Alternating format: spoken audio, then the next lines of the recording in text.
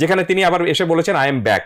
আমি জানি না যে আবার তার মুখ থেকে শুনতে হয় যে আই এম গন, যে আমি রোনালদোকে কোনোদিন ওয়ার্ল্ড কাপের জন্য পিক করতাম না। CR7 আসলে বেসিক্যালি আমাদেরকে হতাশ করলো। আমরা কোয়ার্টার ফাইনালে চিন্তা করেছিলাম সবকিছু যদি ইভেনলি আগায় তাহলে কোয়ার্টার ফাইনালে দ্য লাস্ট ডান্স আমরা দেখব, ক্রিস্টিয়ানো এক পাশে মেসি। কিন্তু ফাইনালি পর্তুগাল ম্যাচটা ড্র করলো এবং গ্রুপের সেকেন্ড হলো তারা, যেই কারণে 32-তে আসলে তাদের দেখার কোনো সুযোগ নেই। একটা মাত্র সুযোগ আছে যদি এই দুইটা টিম ফাইনাল পর্যন্ত যায়। তো ক্রিস্টিয়ানো এবং মেসির একটা ম্যাচ হবে না ওয়ার্ল্ড কাপে, এটা কেমনে ভাই? না, তারা ম্যাচ খেলেছেন, তারা যখন বার্সেলোনা এবং না আমি ওয়ার্ল্ড কাপের ম্যাচের কথা জিজ্ঞেস করেছি। এমনি তো তারা দুজনে 61টা না 62টা ম্যাচ খেলেছেন, সবকিছু মিলিয়ে মনে হয় মেসি 22টাতে জিতেছে, না মেসি 22 গোল 21 গোল করেছেন, ক্রিস্টিয়ানো 16টা মনে মেসি জিতেছে আর 12টা বা 13টা ক্রিস্টিয়ানো। রাইট, লাস্ট ডান্স তো হচ্ছে, কিন্তু তাদের দুজন যদি একই সাথে একই মঞ্চে একই ম্যাচে নাচতে পারতেন তাহলে সেটা মানে অনেক দিনের একটা বিতর্কের একটা কিন্তু অবসান হয়ে যেত। হু ইজ দ্য বেস্ট সবসময় কিন্তু আবার এটা বিতর্ক আছে এখনো।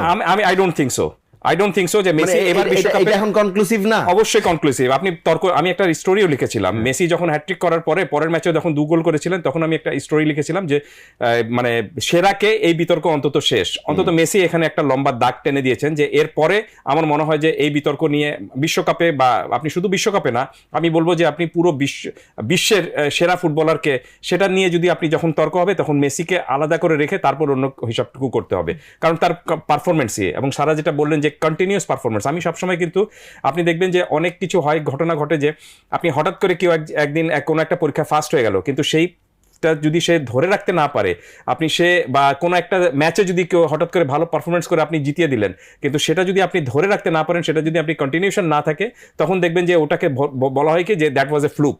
কিন্তু মেসির ক্ষেত্রে আপনি অন্তত এই বদনামটুকু দিতে পারবেন না, কারণ তিনি জানেন, যেটা আপনি বললেন যে কিলিয়ান এমবাপ্পে বলেছে মেসি নামলে গোল হবেই, আমরা জানি এটা। সো তিনি জানেন যে কিভাবে গোল করতে হবে, তিনি জানেন যে কিভাবে ম্যাচ জেতাতে হবে। সো এই কারণে আমি বললাম যে একজন 39 বছর বয়স্ক একজন ফুটবলারের যে আপনার আর্জ, যে খিদে, যে আপনার টেন্ডেন্সি, যে ইফোর্টস, হ্যাঁ, যে মানে যুদ্ধ করার যে আপনার চিন্তা ভাবনা, মানে এই জেদ, মানে জেতার জেদ, এটা মানে ইনক্রেডিবল।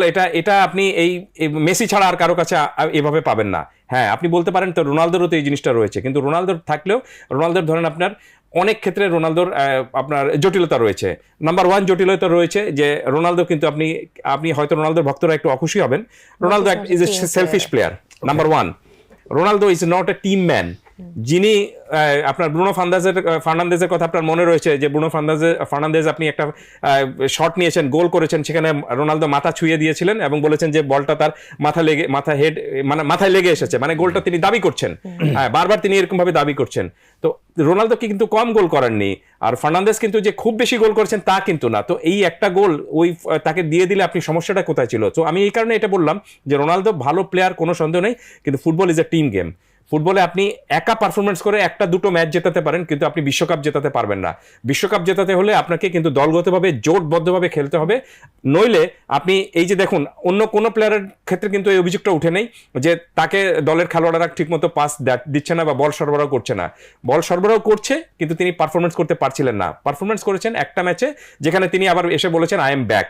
আমি জানি না যে আবার তার মুখ থেকে শুনতে হয় যে আই এম গন, এমনও যদি হয় তাহলে আমি খুবই বাকি সবাই বলবে। রাইট, আমার মনে হয় যে এটা খুবই দুঃখজনক একটা বিষয় হবে, কারণ তিনি যে ধরনের খেলোয়াড়, এই ধরনের খেলোয়াড়ের আসলে এই ধরনের বিদায় আমরা কেউ দেখতে চাই না। আমরা একটা সাফল্য দেখতে চাই, তিনি চেষ্টা করেছেন, অন্তত সেটা দেখতে চাই।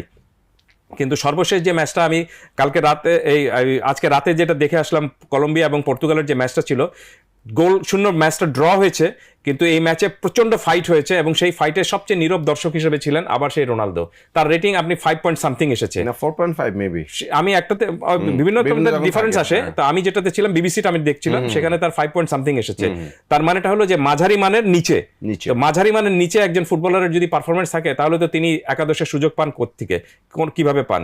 আপনি যদি আমাকে জিজ্ঞেস করেন, আমি যদি পর্তুগাল টিমের সাথে জড়িত থাকতে পারতাম কোনোভাবে, সেটা সম্ভব না কোনো মতেই, কিন্তু আমার অ্যানালাইসিস বলছে যে আমি রোনালদোকে কোনোদিন ওয়ার্ল্ড কাপের জন্য পিক করতাম না, তার জায়গায় আমি অন্য কোনো খেলোয়াড়কে নিতাম।